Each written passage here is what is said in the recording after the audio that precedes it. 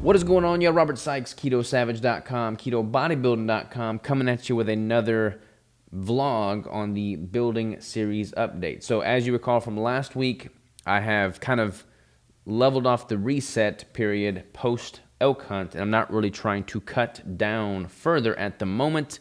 My weight is pretty stable around 185 to 188 on the high end, so feeling pretty good about that. Let's just throw some numbers your way real quick, and then we'll kind of talk about game plan strategy going forward.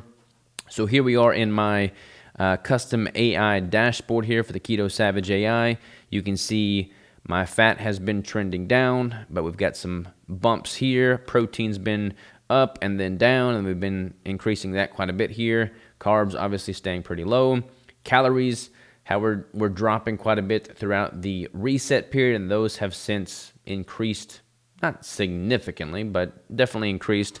Overall weight trend has also dropped, and now from the depth of my reset at about, I think 182 was the lowest I hit, kind of again leveling off now, 185, 186, 187. So these green cells here, these green bars represent days in which the calories were north of 4,000. So I was averaging about 2,500 calories when the calories were dropping. If I scroll back a little bit further, you know, we've got some 26, 22, 2,300 calorie days. As of late, they've been, you know, definitely north of 3,000 on average, with those refeed days being north of 4,000. And honestly, I feel pretty good about the way I'm looking, the way I'm feeling, the way I'm performing. If we swap over to chronometer here and we just look at the chart, you can see the overall intake has been higher. This is the weight. Let me just make this over, I don't know, 3 weeks here. So relatively stable over the past 3 weeks as far as the weight is concerned. And honestly, I'm trying to just level off around the 185 mark. If I start creeping the scales at 190, I'm going to pull back a little bit. I would be open to going as low as 175 in the context of a building phase. I might try and tackle that at some point early in the new year. But right now, I'm pretty content with the 185 pound mark. My composition's probably around, I don't know, 16, 17% body fat. But I'm not holding a lot of excess fluid, so I feel pretty good there. I just started taking creatine again, so that's going to cause a temporary, you know, flux in fluid, but then my body will equalize and level out. I'm not strictly tracking my sodium or potassium or my fluid intake, so I'm not really just worried about any excessive fluid retention that I'm holding in the short term here, because again, I'm in a building phase and I'm not dialing it in for a competition prep, which leads me to my next point of discussion. So game plan going forward. At the time of this recording, it is Tuesday, the 12th of November. I've got Thanksgiving coming up, as I know we all do. I've got some hunting trips coming up that will be extended hunting trips for about a week out at my family farm.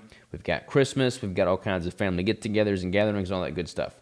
I am not ever one to deviate from a ketogenic diet during the holidays, and I don't plan on changing that anytime soon. So while everybody else is stuffing their face full of grandma's cooking, pecan pie, cobbler nonsense, I'm going to be sticking to a ketogenic diet of quality fats, proteins, and maybe some occasional veggies. Now, for the remainder of the year, the remainder of 2024, I think what I might do is actually eat intuitively. So I've pretty much tracked nonstop. I was tracking before my prep started last year. My prep started on April 1st or April 4th, I think, of 2023. And I have tracked, obviously, very, very strictly throughout my competition prep, which was 33 weeks, throughout the 20 weeks of reverse dieting after that, and now 31 weeks into the build phase. So I have been tracking for well over about a year and a half now, which is fine. I love tracking macros. I love the data. It doesn't really exhaust me. It's totally sustainable, and I have no problems with it. Not most, but a lot of people don't have any problems with tracking macros. I like it.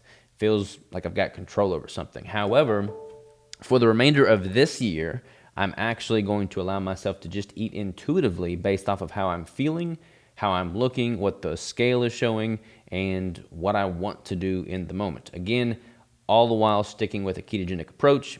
Will not be deviating from that. Crystal typically makes some like keto cheesecake or something on Thanksgiving and Christmas, so I might have a slice or two of that, but nothing I would feel guilty for or lose sleep on. It'll all be within my target macro ratios anyways, and it's all using quality ingredients, so it's not going to be disruptive in that regard. However, I think it's very, very important to be able to comfortably maintain a healthy weight and composition while eating intuitively via a ketogenic diet and lifestyle. And I'm a big advocate for people doing that if they do not want to track macros indefinitely, because you certainly don't have to track macros indefinitely. If you are trying to reach a specific goal and lose body fat, I always recommend doing so to just control for the variables and streamline that formula so that you can reach that goal more efficiently and more effectively. But in this context for me right now, with the remainder of the year, I'm going to focus on just being present with my family. Not that tracking macros distract from that at all, but I'm going to just eat the food that's there. And I kind of know how much I'm going to be consuming based off of just years of tracking and what my body looks like and responds like. But since I am in a building phase right now, I'm going to just embrace that building phase, be okay with having the body fat that I've got on my frame currently. Again, I do not want to get up to 200 pounds again. That was too much body fat for me. It was hindering my performance and my joints. But at 185, I feel really good. I feel happy with the way I look and perform. My lifting metrics are all increasing and going in the right direction. My sleep is good. My hormones are good. All that is good.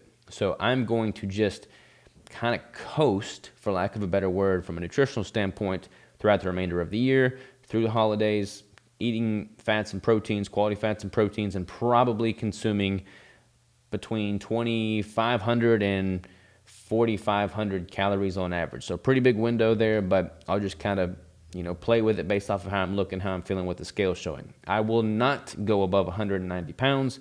If I do, then I will know that I need to kind of taper back a little bit. So that's my plan there. In doing so, it's going to allow me to be that much more excited to start tracking and being more diligent come January, the beginning of the year. I've never really been one to fall into New Year's resolution types, and that's not changing anytime soon. I've always got a specific goal in mind, but right now with my life, with my traveling, with my hunting, with my family, that takes more precedence than trying to lose body fat. So I'm just going to eat quality foods throughout the rest of the year and still train and lift hard and heavy, but just embrace that season for the remainder month and a half. And then come January, I'll have a very specific goal, all still within the realms of a building phase, but I'll probably take a much more detailed approach to tracking my nutrition and just getting that dialed in going into 2025. Because I'll probably will be in a building phase throughout 2025 to 2026, and then potentially compete again in 2027. That's kind of how things are looking. So I've got 2 solid years to just focus on putting on as much muscle as possible. And that's what the primary focus for the next 2 years will be. But for the next month and a half, I'm just going to focus on spending time with family, eating quality foods, and getting things dialed in. So this will be the last episode of this build series, week 31. Again, I've been documenting this every single week since the beginning of my prep, which was in April of 2023. So I don't feel too bad for taking a pause on the weekly documentation here. We'll still have the weekly videos, but it won't be in this format until January is upon us. So appreciate y'all for tuning in. Appreciate y'all following along throughout this whole journey.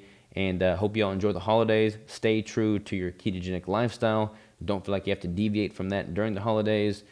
People, we're going to switch gears a little bit here.